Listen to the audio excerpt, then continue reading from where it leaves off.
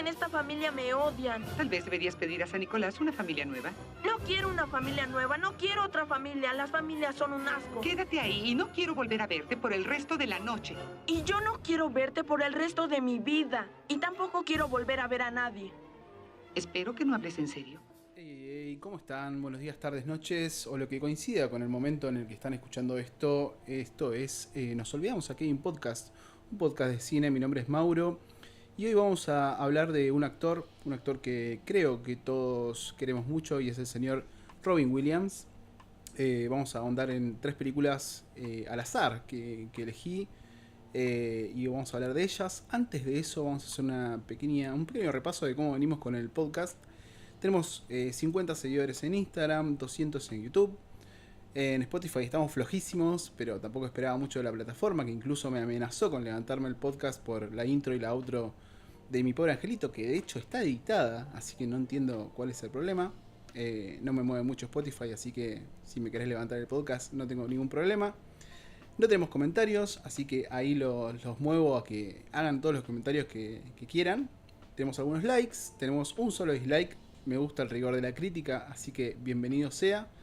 Vamos despacio con el podcast, sin apuro. Tenemos aprendizajes muchos. Los reels tienen que ser más cortos. Tengo que enfocarme en el tono y no en la edición. Tengo que posicionar mejor el micrófono. Creo que lo estoy haciendo bien en este momento, ya que en los últimos 2 podcasts tuve un problema con la edición, especialmente con las S's. Así que espero que se esté escuchando bien. Y perder un poco la vergüenza, ridículo y darle para adelante. Creo que ese es el gran aprendizaje y vamos bien, estoy muy contento. Tenemos vías de comunicación, me pueden dejar los mensajes en YouTube, pueden mandar un mail a nosolvidamosaquí@gmail.com, que pueden mandar lo que quieran. Valoraré muchísimo las críticas constructivas, así que a darle para adelante. Si lo quieren hacer, bienvenido sea. Así que arrancamos, vamos a hacer una pequeña intro sobre la vida de nuestro personaje de hoy, el señor Robin Williams.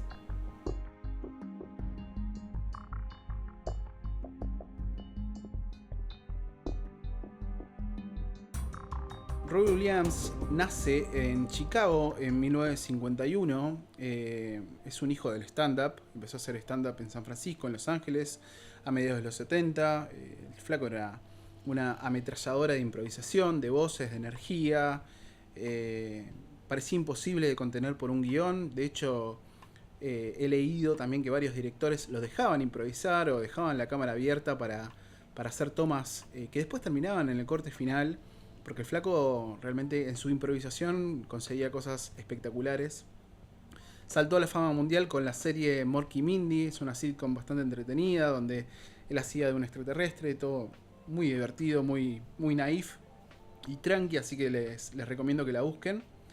Y este papel obviamente le permitió ahondar en su histrionismo, en la hiperactividad creativa que él manejaba, así que excelente el papel de Mork y Mindy, que es su primer papel, y su primer papel en el cine fue personificando a Popeye en 1980, una película producida por Disney que después de la muerte de Robin Williams lo reconoce como una de sus figuras más emblemáticas en la historia.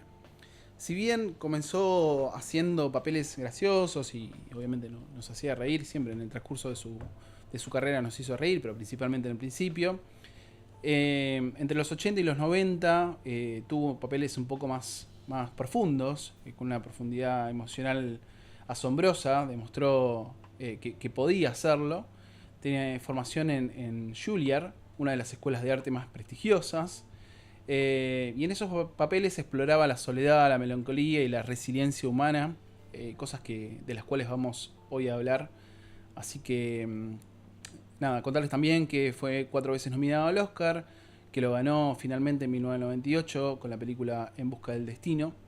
Fue 6 veces premiado con el Globo de Oro, así que lo hizo muy bien. Y también fue ganador de un premio Emmy y 5 premios Grammy. Esto tiene que ver con que en el pasado se editaban los discos y terminaban siendo éxitos en venta. O sea, estos monólogos que tenía de stand-up los pasaban a discos, los vendían y eran tremendos éxitos. Ganó 5 Grammys como mejor álbum de comedia. Este fue el señor Robin Williams. Vamos a ahondar un poco sobre su legado, qué pasó con su muerte y demás, sobre el final del podcast. Pero vamos a arrancar ya mismo con la primera película del día, que es Fisher King.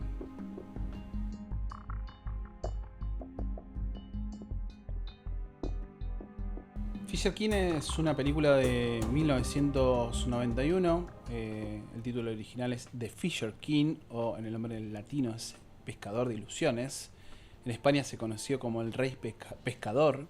Es una película del señor Terry Gilliam. Terry Gilliam, muy conocido por todo su paso en Monty Python. De hecho, algunas de sus películas más reconocidas son Monty Python and the Holy Grail, Brasil, Las aventuras del barón Munchausen, 12 monos, que no es menor, y Pánico y locura en Las Vegas.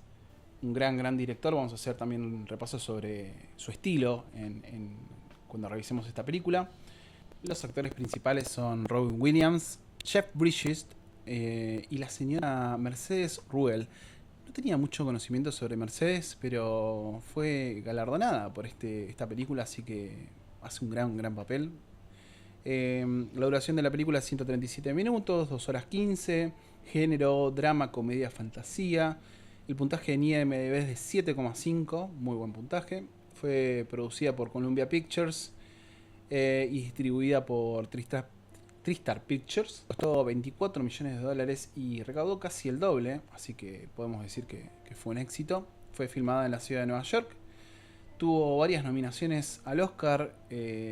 La ganadora a Mejor Actriz de Reparto fue justamente Mercedes Ruehl, que no conocía, pero me parece genial porque hace un papel espectacular. Después también tuvo nominaciones al Globo de Oro, una de las cuales ganó el señor Robin Williams. Y la otra, Mejor Actriz de Reparto, también la ganó Mercedes.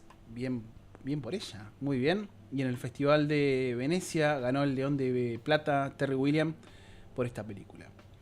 Vamos a la película en sí. Tenemos a Jeff Bridges, que es Jack Lucas. Imagínense que la época en la que los presentadores de radio eran figuras públicas, pero eran anónimos. Eran tipos que hablaban detrás de un micrófono, pero nadie les conocía la cara. Jack es un transgresor, un tipo del estilo Howard Stern, o no sé, si nos enfocamos un poco acá, sería Mario Pergolini en la época más ácida. Bueno, el tipo tiene su programa de radio, súper exitoso, le va súper bien. Hasta que un momento su cinismo choca con la realidad, da un consejo bastante de mierda a sus fans en vivo y todo termina en una tragedia. ¿Por qué? Porque un tipo completamente inestable termina matando a varias personas en un bar. Y bueno, la imagen pública de Jack se va al pozo, y al pozo también se va su cordura. Hacemos un salto temporal, pasan 3 años, Jack está en la lona, deja de ser una persona exitosa, por lo menos tiene la opción del anonimato, ya que no es una estrella de la tele, así que trabaja en un videoclub con su pareja.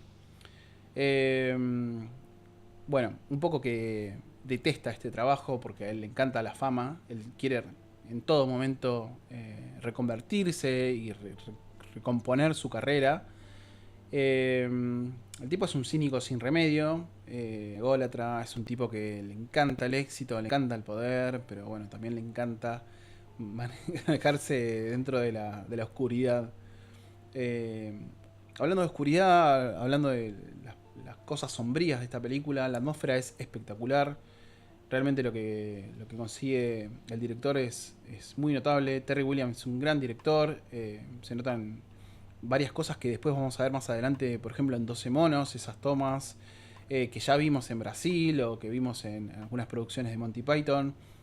La verdad que hace piezas que son espectaculares. Es un arquitecto del caos y de lo podrido que puede llegar a ser esta atmósfera.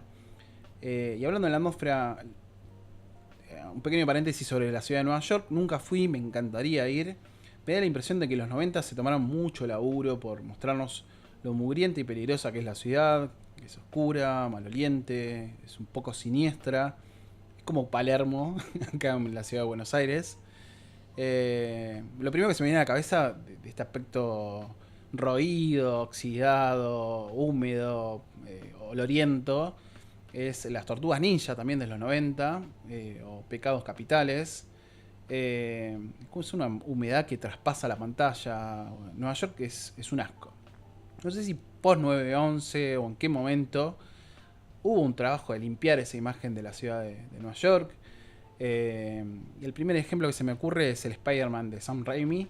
Pero bueno, acá los dejo abiertos a que me dejen sus comentarios cuál fue la transición en la cual la ciudad de Nueva York se convirtió, cuáles son las películas que ayudaron a que la ciudad de Nueva York se limpie un poco su imagen.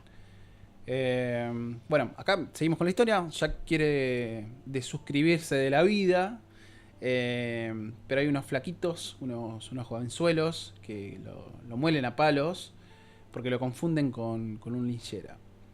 Qué fijación que tienen, ¿no? Los jóvenes con pegarle a los lincheras.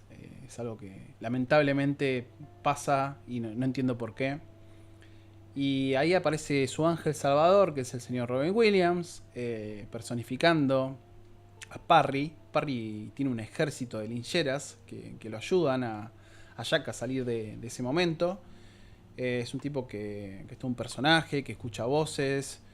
Está más desequilibrado que la economía argentina. Lo primero que le dice, o una de las primeras cosas que le dice, es: sos el elegido.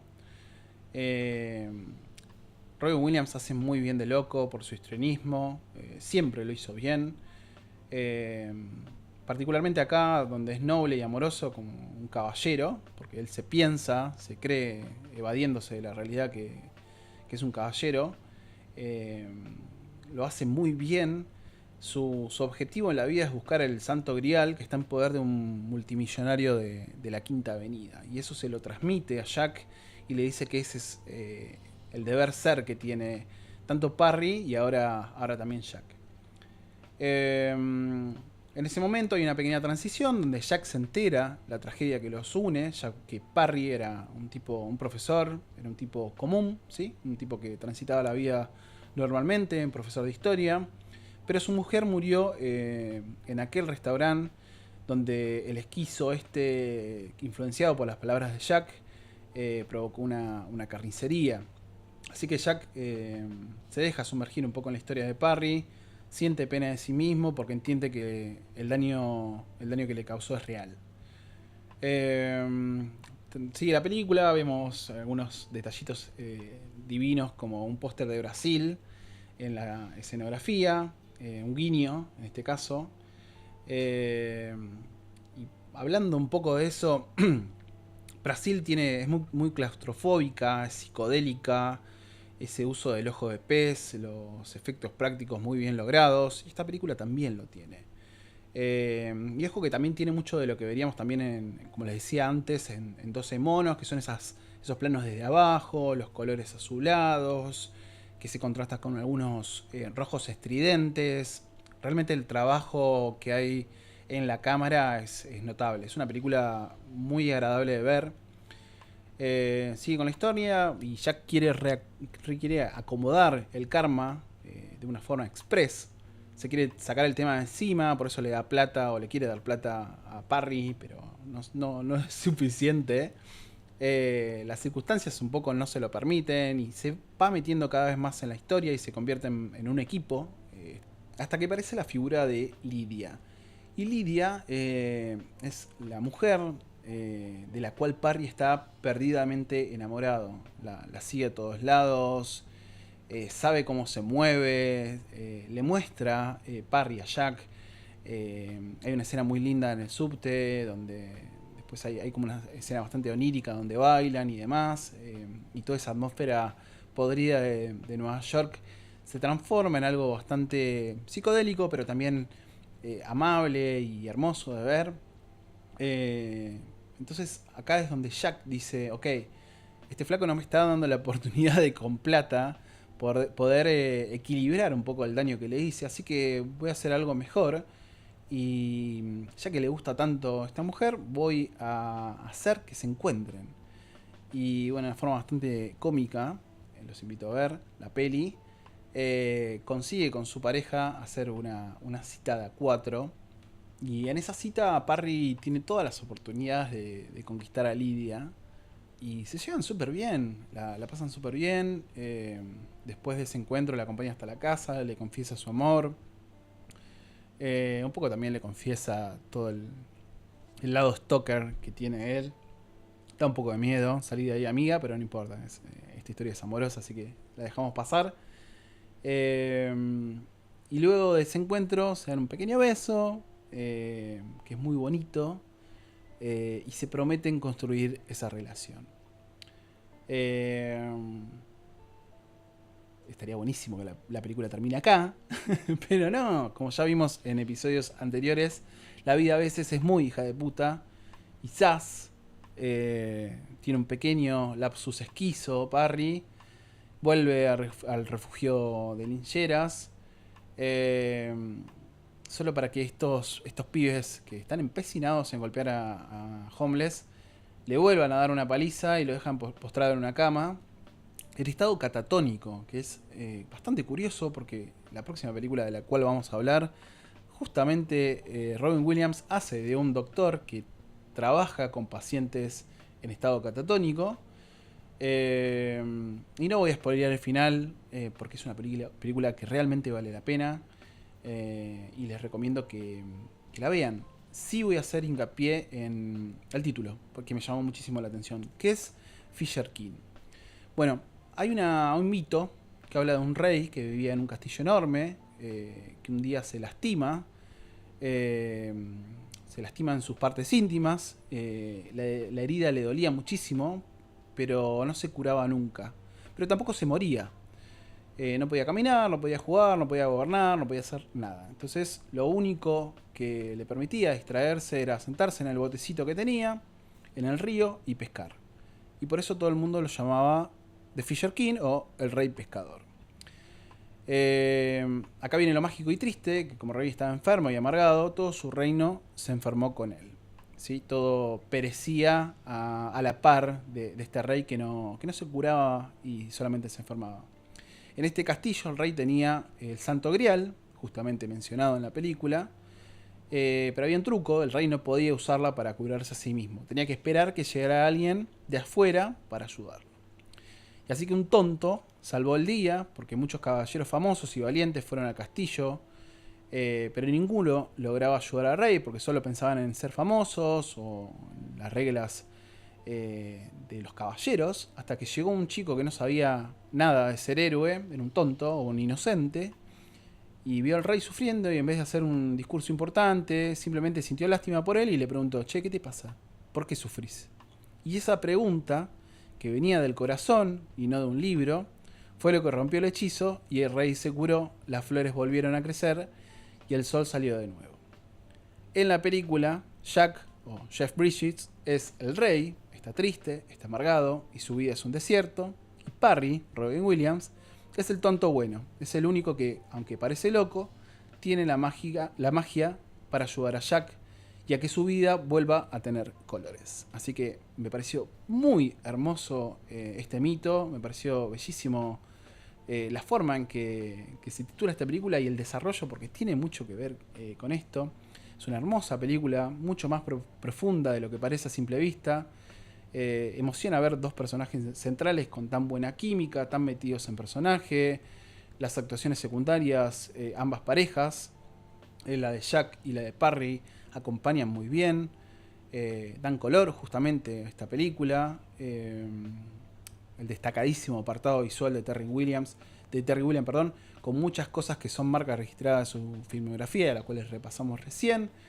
Una película que si la vieron hace tiempo seguramente hoy les hable distinto, y si nunca la vieron es una excelente oportunidad para sumergirse en una historia de redención de Robin Williams que traspasa la pantalla nuevamente para darnos otro papel increíblemente humano, emotivo y un poco sanador también.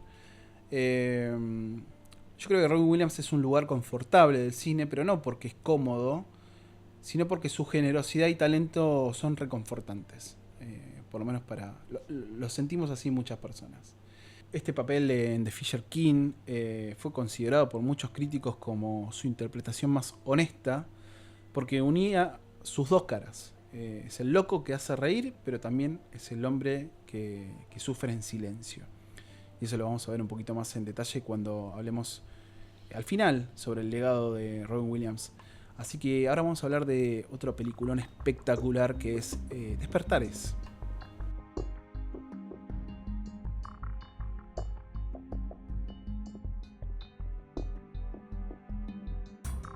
Despertares es una película de 1990 dirigida por la directora Penny Marshall. Penny Marshall también dirigió otra gran película de los 80, en este caso, que es Big o Quisiera ser grande.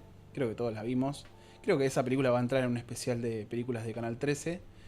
Ya veremos más adelante. En esta película tenemos a Robin Williams, que hace el Dr. Malcolm Sayer, y a Robert De Niro, que hace de Leonard Lowe. Y otros actores también reconocidos, pero principalmente vamos con estos dos que son los más reconocidos. La duración de la película es 2 horitas. Es una película que parece larga, pero para su momento estaba bien. Yo les recomiendo que la vean porque es un exitazo. Puntaje en IMDb 7,8. Género drama o biografía. Está basada en hechos reales. Es algo bastante peculiar. De hecho, hablaba con amigos. Yo no sabía esto. De hecho, es la primera vez que veo esta película.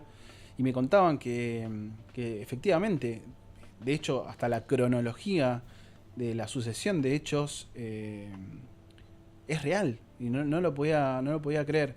Cómo transita esta película, cómo se muestra, no está nada exagerado. Fue tal cual como lo muestra. Costo de producción 31 millones, recaudó 108, súper éxito, le fue muy, muy bien a nivel recaudación. Fue filmada en Nueva York, en Brooklyn. Tuvo 3 nominaciones al Oscar para Mejor Película, Actor para Robert De Niro y Guión Adaptado, no ganó ninguna. Y también para los Globos de Oro, Mejor Actor para Robert De Niro y tampoco lo ganó. Inmerecidamente, creo. No sé quién lo ganó en ese año, pero la verdad que ahora vamos a hablar más adelante de Robert De Niro. Es espectacular lo que hace. No sé si hacer otro especial de Robert De Niro, ya me parece un montón. Pero vamos sobre la película. En Despertares, Robin Williams hace de un doctor, que es el doctor justamente Malcolm Sayer, que es un tipo que tiene mucha experiencia en investigación, pero no tiene mucha calle con las personas.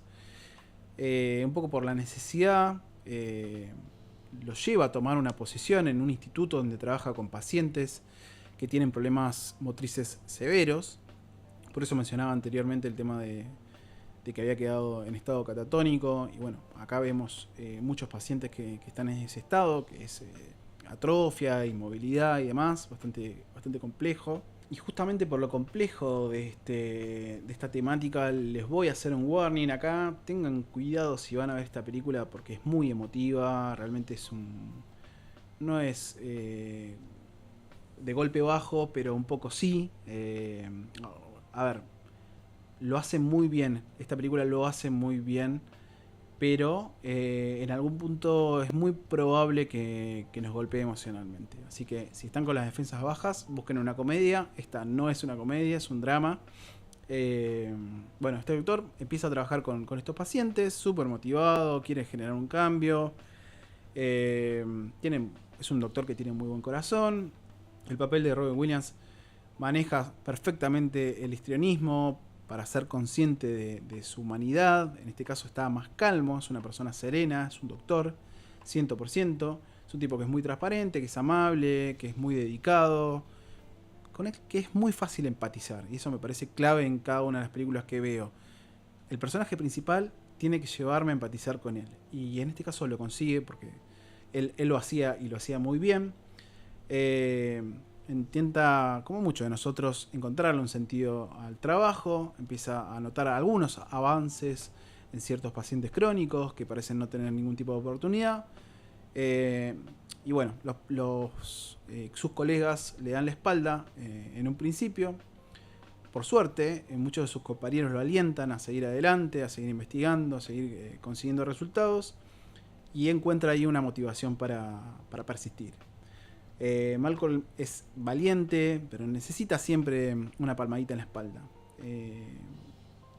a pesar de que siempre al final del día los motores de su motivación son sus pacientes, está muy bien que, especialmente el personaje que es una de sus secretarias o acompañantes, no me queda claro bien quién es, pero lo acompaña en todo momento. Hay un tema también creo de enamoramiento, pero pasa en un segundo plano, porque en realidad lo que importa ahí es esta persona que tiene ciertas motivaciones, amor por su trabajo, una razón de ser, o busca una razón de ser, la encuentra en sus pacientes, la encuentra en sus compañeros de trabajo, no tanto en las instituciones o en sus pares o en sus superiores en este caso, sino que justamente lo encuentra en las personas que están más en el día a día con él.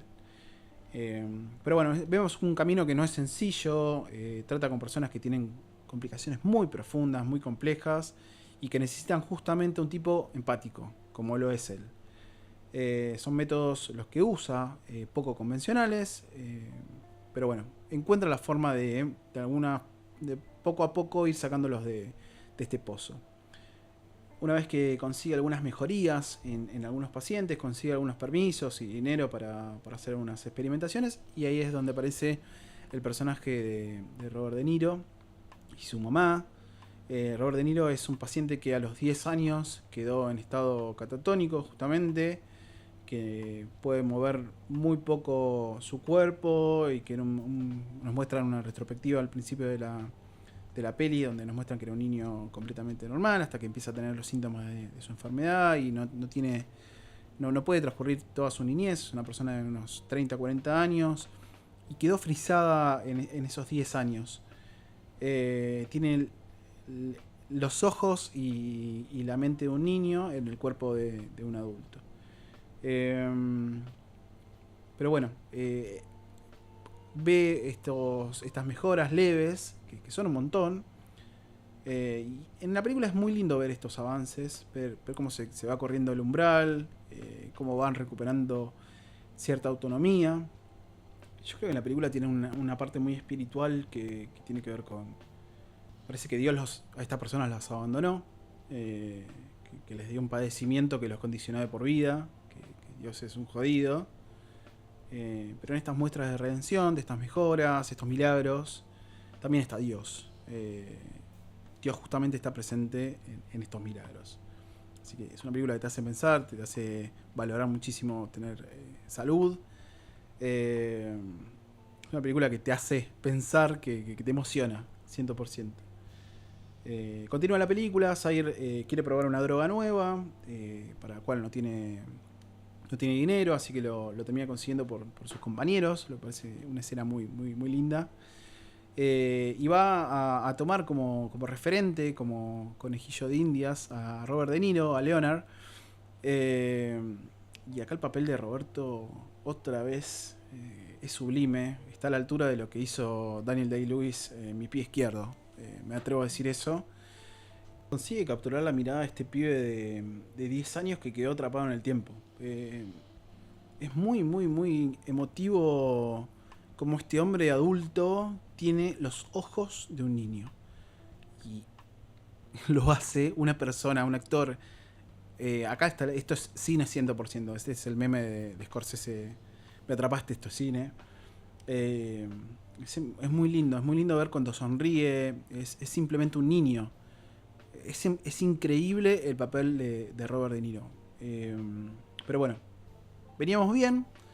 El tratamiento parecía normal. Malcolm un poco la bardea acá, porque me parece un gesto bastante irresponsable. Pasa de darle esta nueva droga a 100 miligramos a darle 500, de 500 a darle 1000. Y pasa un milagro, porque en este caso, en cualquier caso, este doctor terminaba en cana y con un paciente muerto. Parece que tiene un 10 aparte, y Robert De Niro, Leonard, se levanta, se despierta, y ahí está el despertares. Finalmente despierta, es muy emocionante. Tenemos un buen rato de película con Robert De Niro aprendiendo a caminar, a hablar, a relacionarse, a afectarse, a enamorarse. consigue justamente algo muy valioso, que es la autonomía en estos pacientes que no lo tienen. Y visto el éxito que tiene el paciente Leonard, se lo aplican a todos los internados y el resultado es absoluto. Todos mejoran, todo es felicidad. Entramos en unos varios minutos de felicidad absoluta. Es tan perfecto que un poco asusta. Y en el transcurso de la peli es un subidón de un lado luminoso de la vida, mientras esperas que en algún momento todo se rompa en 1000 pedazos, o, por lo contrario, que se convierta en una película de 2 horas súper empalagosa de que diga qué bello es vivir. Y no voy a dar spoilers, porque recién estoy en la mitad de la película. Hay una de las dos cosas que acabo de mencionar que pasan. O sea, todo mejora y es felicidad, o todo se va al tacho. Lo que les puedo asegurar es que van a llorar. Es una película que te hace llorar. Pero bueno, Despertares es una película muy emotiva, muy humana, austera en lo artístico, pero muy rica en su mensaje. Hay un solo actor que podía hacer este papel de doctor, con un brillo especial en los ojos, con la dulzura que tenía Robin Williams para encarnar a un doctor como este tipo, y también después lo vimos más adelante en Patch Adams. Hay una conexión que traspasa la pantalla. Hay un tema también generacional, creo, con Robin Williams. Creo que los millennials que crecimos con este tipo que es un tío copado, es el tío copado de las películas. Lo aprendimos a querer porque es muy difícil tener tanto talento y electricidad para hacernos sentir que de verdad el chabón era buen tipo. Yo creo que este papel era solo para él. La historia es muy buena, justamente inspirada en hechos reales, pero sin Robin Williams y junto a la bestia de Robert De Niro, esta película sería otra película completamente distinta sin ellos. Así que aplaudo de pie, gran película, una película que no sé por qué esperé tanto tiempo por ver. Se las recomiendo muchísimo. No les spoileé el final, así que tienen ahí mucho material para por lo menos sentirse motivados para verla. Y recomiendo muchísimo. Dato de color: durante el rodaje, en una de esas escenas donde los pacientes se descontrolaban, Robin Williams accidentalmente le dio un codazo a Robert De Niro en la nariz.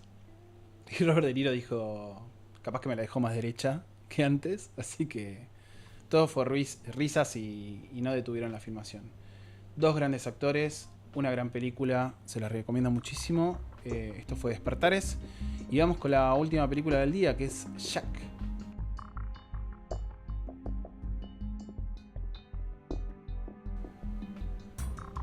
Bueno, a mí nadie me paga por esto, así que voy a ser muy honesto y les voy a decir que Jack es una película horrible, detestable, una muy mala sorpresa. No sé qué buscaba acá, pero tampoco voy a ponerme a indagar en los motivos por los cuales empecé a ver esta película o la elegí para ver. Voy un poco con la ficha técnica y después me abro un poco en un pequeño análisis porque tampoco le quiero dar tanta entidad a esta película. La película es Jack, del año 1996, dirigida, y ya empiezan las curiosidades, por el señor Francis Ford Coppola. Francis Ford Coppola, director de Apocalipsis Now, de la trilogía del Padrino, y otras más, muchas más. Actores principales tenemos a Robin Williams como Jack y otros más. Está Jennifer López, está Bill Cosby, está Fran Drescher, y ya vamos a hablar de ellos. Es una película que dura casi 2 horas, no entiendo por qué tanto, pero bueno, seguramente por la época. Es una comedia, drama, fantasía. Buah. Puntaje en IMDb es 5,8. No falla lo que les digo, chicos, se lo dije en el capítulo pasado. 6,5 para abajo, la película es mala. Y esta es muy, muy, muy mala. Costo de producción 45 millones, recaudación 58. Y sí. ¿Premios? Ninguno. Claro que ninguno, porque es una basofia. Filmada principalmente en el norte de California. Mi primera pregunta sobre esta película es: ¿por qué Francis Ford Coppola hizo esta película? ¿Qué lo llevó a tremendo director de la trilogía de quizá la mejor película de todos los tiempos, o la mejor trilogía de todos los tiempos, a hacer este tipo de película que es una basofia absoluta? La primera respuesta es por un tema de billetera. Coppola necesitaba estabilizar la productora, que se llama American Zoetrope, y Disney le puso una torta de guita en la mesa para hacer un éxito comercial. Bueno, el éxito comercial no fue tal, insisto, 45 millones de inversión, 58 de ganancia. No le fue tan bien. Pero siempre a Disney le va bien. Esto lo escuchaba en el último podcast de Fio Sargenti y de Santi Calori, de Noche tras Noche, que mencionaban que Disney nunca pierde. Y es verdad, nunca pierde. Pero tampoco ganó tanto. Creo que para sus términos fue un fracaso. Pero bueno, vamos a los temas personales de Coppola, por los cuales en la segunda excusa que tuvo para tomar esta película es que Coppola sufrió de polio cuando era chico y pasó mucho tiempo postrado, sintiéndose un bicho raro, viendo como la infancia se le escapaba entre los dedos, mientras el resto de los chicos jugaba afuera. Por eso conectó con él. Me parece muy poco. Dice que por eso conecta con la historia de Jack, que habla sobre la brevedad de la vida y la pérdida de la inocencia, y anda a saber qué cosa. Voy sobre la película. El resultado de la película es una locura, pero de las malas. No hay para profundizar mucho en la peli. Es un pibe, es un hombre de 40 años. Perdón, es un pibe de 10 años en el cuerpo de un hombre de 40 años. ¿Por qué? Porque nace y tiene una condición tal que lo hace envejecer más rápido. Entonces, este pibe que tiene justamente 10 años no puede ir al colegio, no puede hacer su vida normal porque es demasiado raro para las circunstancias. Y es muy difícil, es muy complejo el tema de estrecharle la mano a Coppola y decirle, ok, entiendo que este pibe este hombre tiene 10 años y que se comporta como un pibe de 10 años, a pesar de que es un actor renombrado y es un tipo adulto, maduro, peludo, y es muy difícil. Muy difícil porque tampoco en la historia es demasiado naif o muy edulcorada, no es onda en dramatismo ni tecnicismos. Simplemente te genera un acuerdo tácito en que vos tenés que aceptar que Robin Williams es un pibe de 10 años. Listo. Bueno, el tutor ya arrancamos con cosas muy malas. Y el tutor de Robin Williams, o de Jack en este caso, es el señor Bill Cosby. Si no saben qué pasó con Bill Cosby, googleen, por favor. Pero ver a Bill Cosby muy cerca de niños, chan. Bueno, así toda la película, o sea, es raro, todo es raro. Una película que te exige mucho todo el tiempo, adultos con temáticas infantiles, estos padres que incluso parecen que son más jóvenes que su hijo, los sobreprotegen. Verlos interactuar es muy raro porque, nada, si fuera un pibe realmente de 10 años, sería lógico y bonito ver cómo sus padres lo cuidan. No sé, cómo les permiten que a mitad de la noche, con miedo, se meta entre ellos y duerman los tres juntos. Lo que yo veo es 3 adultos durmiendo en una cama. Es raro, es muy raro. La película tampoco te empuja a convencerte de eso. Es una película muy difícil. Yo simplemente les voy a recomendar no ver esta película. Es una película que tiene un desarrollo raro. También hay una relación media de enamoramiento con la profesora, que es Jennifer López. Un momento también de intimidad con Fran Drescher, que es la madre de un amiguito. Es todo muy complicado. Como que te sentís obligado a aceptar ciertas condiciones y corregirte en el camino. Es raro, forzado. Es una película rara. No tengo muchos más adjetivos que eso. Así todo, Robin Williams hace un buen papel porque se adapta a las circunstancias y es un pibe de 10 años en el cuerpo de un adulto. Bueno, pero la película no vale la pena. O sea, si querés ver una película de Robin Williams, tenés un catálogo enorme para buscar. Si querés ver documentales o lo que quieras. Pero esta película no la vean nunca, y menos la vean con un niño, porque es una muy mala película, envejeció muy mal, que es incómoda, con final insisto, muy edulcorado, forzado. Es una película que simplemente es desagradable. No vean Jack, no la vean, insisto. Me encantó estuve leyendo algunas críticas sobre la película y uno de los críticos dijo: Coppola intentó matar una mosca con una bomba atómica. Me parece fantástico, súper adecuado. Yo creo que esta temática se pudo tratar de una forma un poco más madura, más atinada, y no con una comedia de Disney para hacer dinero. No está mal hacer dinero, pero no sé, parece que este es el único fin. No sé, el cine es arte y en este caso no hay nada. A ver, está buenísimo que pase esto, está buenísimo que encontremos películas que no estén buenas, porque también cuando elegimos un director, cuando elegimos un actor o actriz, lo que intentamos hacer es encontrar algunas peculiaridades en sus carreras y nos topamos con, en este caso tengo 3 buenos ejemplos. Tenemos 2 grandes sorpresas, 2 películas que no había visto antes, como Fisher King, como Despertares. Y bueno, por el otro lado tenemos Jack, que es una basofia absoluta. Bueno, puede pasar. Yo acá voy a estar diciéndoles la posta. No vean Jack, pero sí pueden ver otras de buenas películas que tienen. Yendo a la interpretación de Robin Williams, muestra un poco el rango actoral que tenía este gran actor. Si en Despertares era el médico que intentaba rescatar a un nene atrapado en el cuerpo de un Robert De Niro catatónico, Fisher King era un hombre que se refugiaba en la locura para volver a ser un caballero medieval. En Jack es directamente la esencia pura de Robin Williams, que era un nene de 10 años en el envase de un tipo de 40.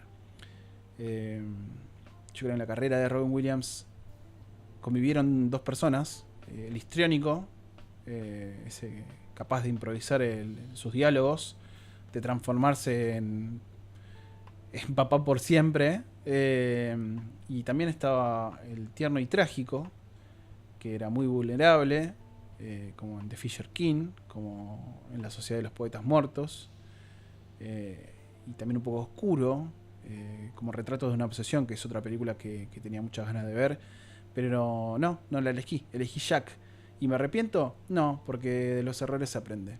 Así que Jack es una película para que no vean y no la recomiendo. Vamos con el cierre, vamos a hablar un poquito del legado de este gran actor.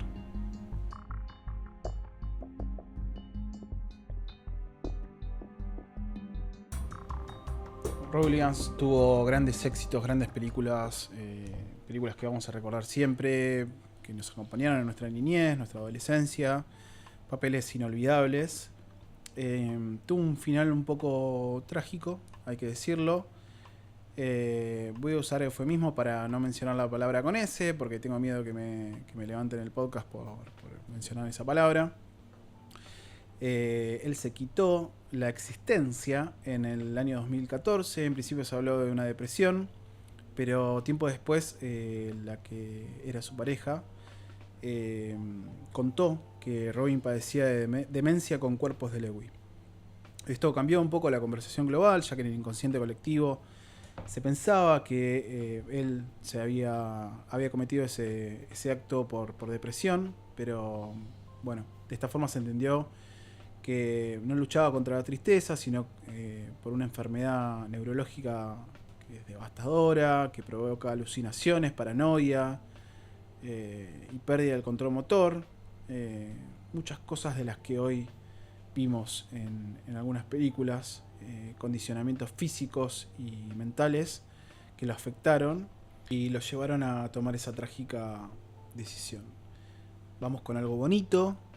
Es un tipo que es de esas personas que no llamaban a la prensa para mostrar sus buenos modales, sus buenas acciones.